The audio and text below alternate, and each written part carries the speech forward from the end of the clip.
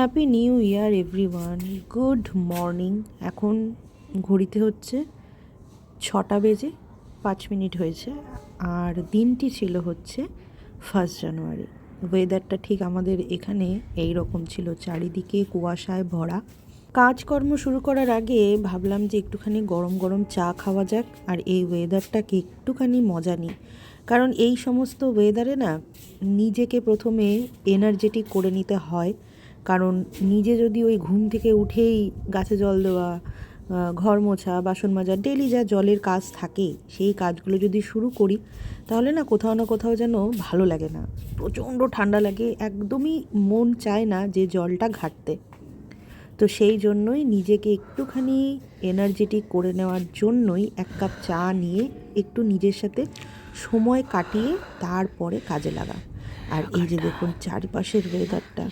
আরেকটু সকালবেলায় যখন এসছিলাম তখন মানে এই আমার ছাদটাই পুরো ক্লিয়ার হচ্ছিল না, কিন্তু এখন আর একটুখানি মানে বেলা হয়েছে আর কি, ওই 6:45 নাগাদ এসেছিলাম তখনকার কথা বলছি।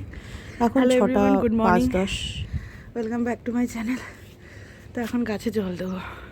2025-এর শেষটা মানে ওই 24-25 তারিখ থেকে শুরু করে একদম 31 তারিখ 1 তারিখ অবধি, মানে 26-এর শুরুটা খুব একটা যে ভালো গেল সেটা কিন্তু একদমই বলা চলে না, মানে একদমই ভালো যায়নি। অন্য বছর তো তাও মানে ভালো যায়, কিন্তু বছরের শুরুটাই যদি এই রকম হয়, জানি না গোটা বছরটা কীরকম হবে।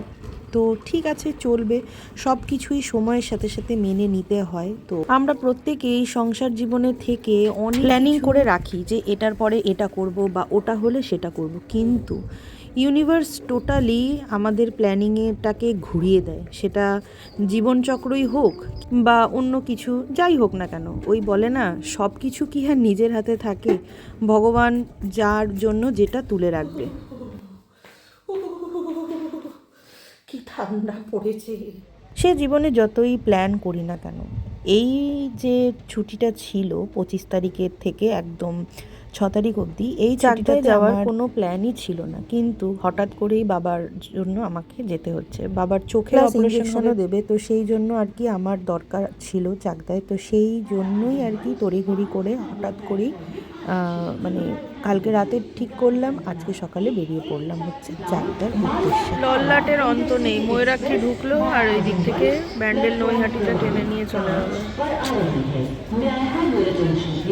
Train number 13466 down Malda Howrah Intercity Express via Ajamganj is arriving on platform number 5.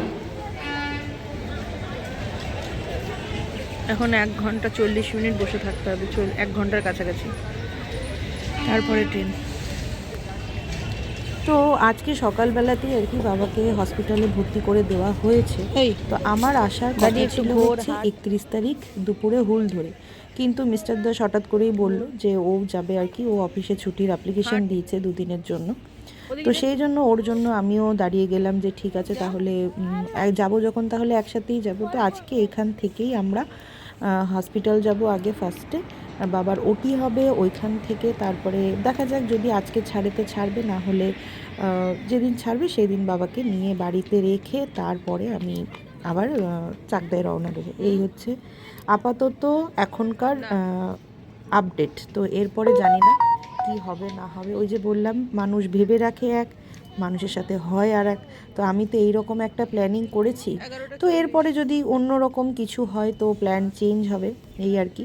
আর এই যে 1 ঘন্টা এই ব্যান্ডেল স্টেশনে বসে থেকে মানে বাবার জন্য টেনশন, এই যে কতটা কষ্ট সেটা না সত্যি খুব মানে প্রচণ্ড পরিমাণে একটা টেনশন হচ্ছিল। কারণ মা ওখানে একা, বোনও আসছে কিন্তু ওর আস্তে আস্তে আজকে রাত হয়ে যাবে, তো ও নেই পাশে, পুরোটাই মা একার ওপরে। তো ওই জন্যই আর কি টেনশনটা প্রচুর হচ্ছিল। তো যাই হোক, ফিঙ্গার ক্রস সব কিছু ভালো হবে।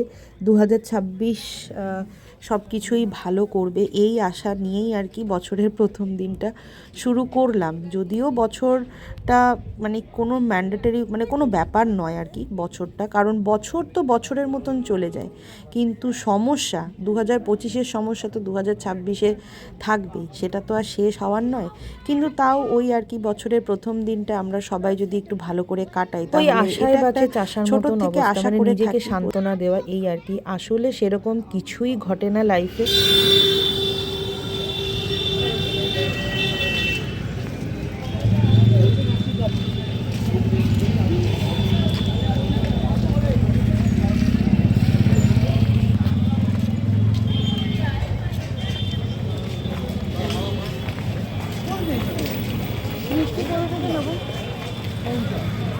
বাবাকে বাড়িতে রেখে আমি এলাম বাবার দুটো ওষুধ নিতে আর কিছু খাবার দাবার নিতে।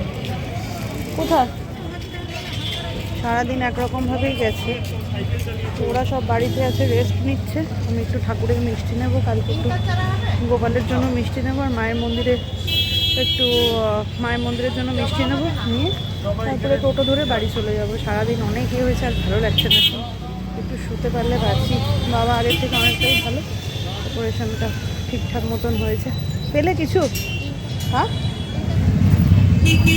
ওইদিকে আরেকটা দোকান আছে না মা, ওইদিকে। একটা মানুষের ভেতরে যদি 10 রকমের রোগ থাকে না, কোন রোগটাকে মানে ঠিক করা হবে এইটা নিয়ে পেশেন্ট পার্টির খুবই চিন্তা থাকে। আমার বাবার শরীরে তো আর এক দুটো রোগ নয়, মানে আজকে এত মানে টেনশন ছিল সারাদিনে, মানে কি বলবো। যাই হোক, সব কিছু ভালোই হয়েছে। তবে হ্যাঁ, ওটিটা করেই বাবাকে ছেড়ে দিয়েছে, কারণ কালকে আবার নিয়ে যেতে হবে। আর বাবাও হসপিটালে না এখন আর থাকতে চায় না, মানে এতবার যেতে হয়েছে, এত কিছু হয়েছে, তো সেই জন্যই আর কি। তো বাবাকে বাড়িতে রেখে আমি এলাম হচ্ছে, ওই বললাম যে গোপালের মিষ্টি নেবো, আর কালকে সকালবেলাতে একটু মায়ের মন্দিরে পুজো দেবো। কারণ আমি বাড়ির থেকেই মাকে বলে এসেছিলাম যে সব মানে ঠিকঠাক যদি থাকে তাহলে একটু তোমার মন্দিরে আমি পুজো দেবো। তো সেই আর কি মিষ্টি নিচ্ছি, নিয়ে বাড়ি যাব। এটাকে নে, কম্বলটাকে খোল, শুভ কি করে? তুমি ওদিকটাতে শুয়ে পড়ো, ওই জানলার দরজাটা দাও, ওটাতে ঠান্ডা হাওয়া ঢোকে। যাই হোক, অনেক রাত হয়ে গেছে, 11:30 বাজে, এরপর শোবো। না না, এটা তুই আর আমি নি, এটা একটু